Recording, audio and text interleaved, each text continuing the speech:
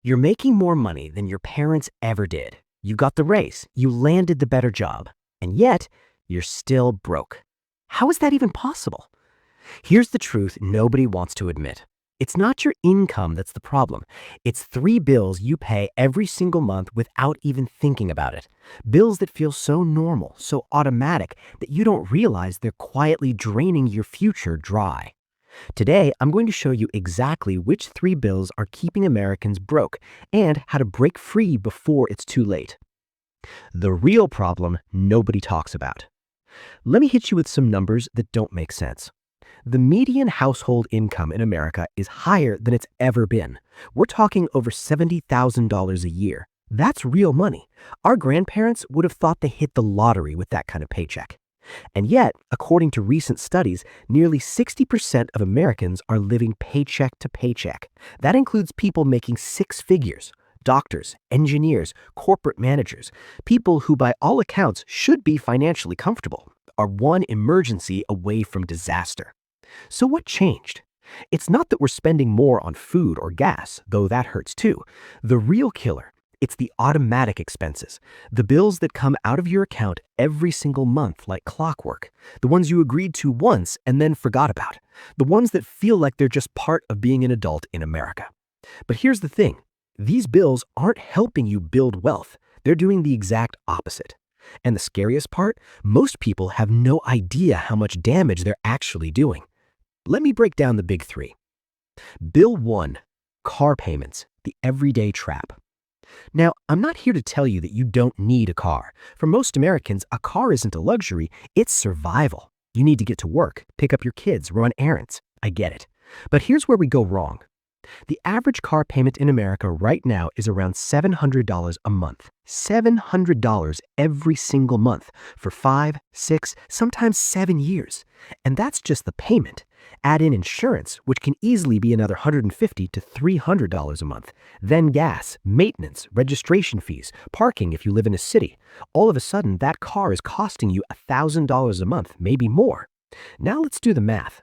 If you're paying $1,000 a month on a car for 6 years, that's $72,000. $72,000 on something that loses value the second you drive it off the lot. But it gets worse, because we don't just buy cars, we finance them. And most people are paying somewhere between 6 and 10% interest on those loans right now.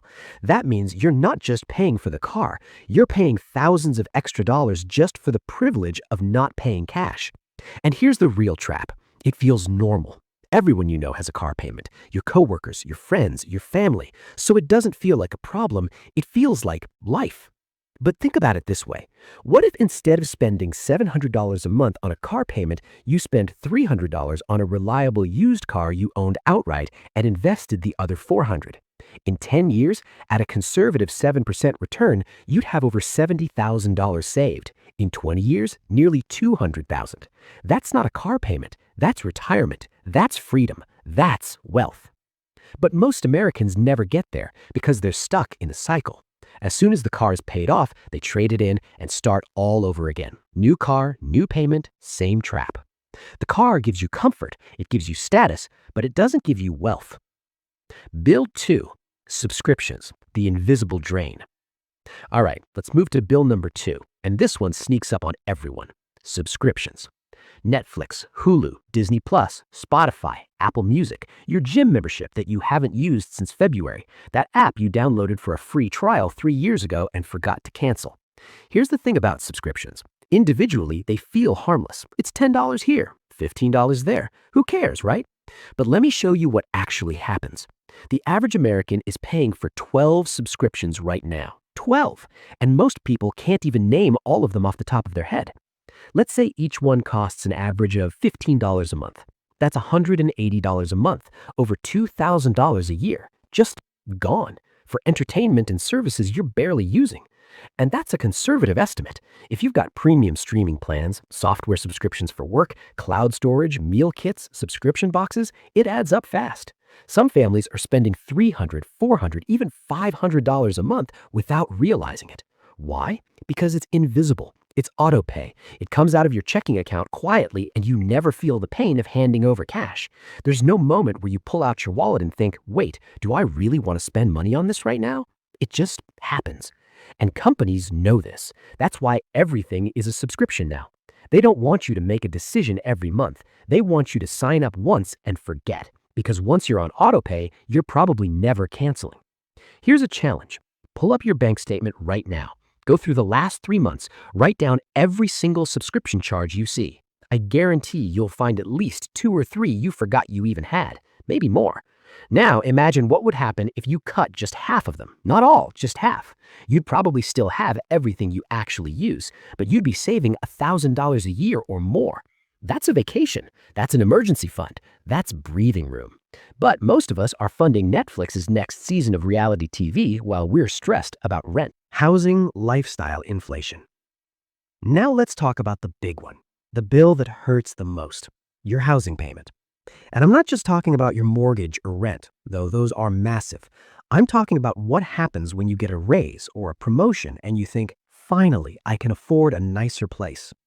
This is called lifestyle inflation, and it destroys more wealth than almost anything else. Here's how it plays out. You're making $50,000 a year, living in a decent one-bedroom apartment for $1,200 a month. It's fine, not fancy, but it works.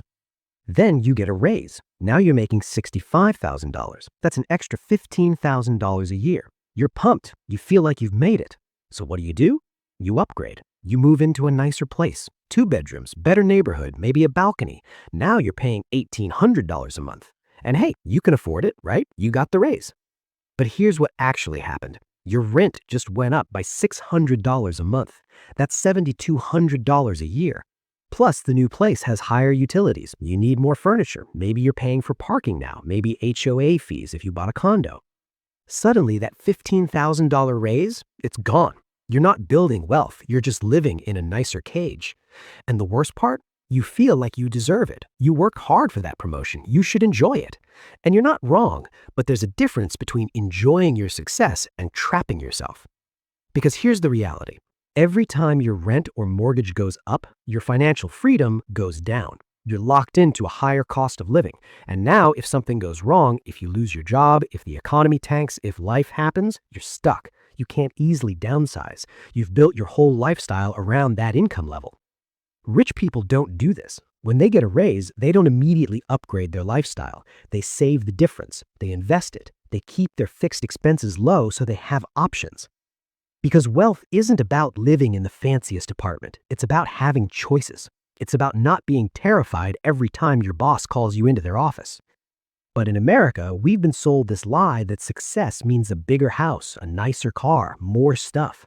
And so we get the raise and then we spend it. And then we're right back where we started, just with nicer furniture.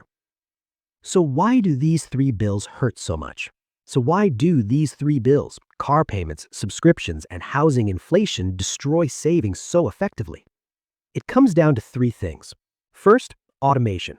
When bills are on autopay, you don't feel them. There's no pain, no moment of hesitation. The money just vanishes. And when you don't feel the spending, you don't question it. Second, social pressure. Everyone has a car payment. Everyone has Netflix. Everyone's upgrading when they get a raise, so it doesn't feel wrong. It feels normal, expected even.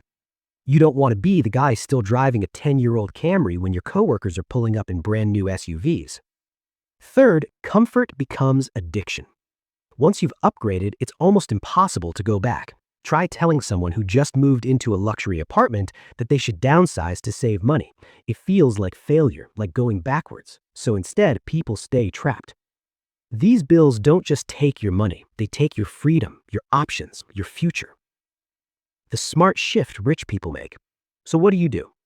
Here's the shift that changes everything. Delay the upgrade. When you get a raise, wait. Just 6 months. Don't touch that extra income. Let it hit your savings account. Watch it grow. Get used to having a cushion. Then decide if you really need the bigger place or the newer car. Control your fixed expenses first. Your goal should be to keep your non-negotiable monthly bills as low as possible. Because the lower they are, the more freedom you have. The less stress, the more options. Choose long-term freedom over short-term comfort. Yeah, the nicer apartment feels good, but you know what feels better? Not panicking when your car breaks down, not living paycheck to paycheck, having actual savings. That's the comfort that lasts. Rich people aren't rich because they make more money. They're rich because they don't let their expenses grow every time their income does. The final reality check. Look, I'm not saying you should live like a monk. I'm not telling you to sell your car and cancel Netflix and move into a studio apartment. But I am telling you this. If you're making decent money and you're still broke, it's not because you don't earn enough. It's because these three bills, car payments, subscriptions, and housing inflation, are quietly killing you. And the scariest part, they're so normal, so automatic, so socially acceptable that most people never even notice. But now you do. So here's my challenge. Go look at those three areas in your life, your car, your subscriptions, your housing, and ask yourself one question. Is this bill building my future or just funding my comfort? Because the difference between those two answers is the difference between being broke and being free. Thanks for watching. If this hit home, do me a favor and share it with someone who needs to hear it, and I'll see you in the next one.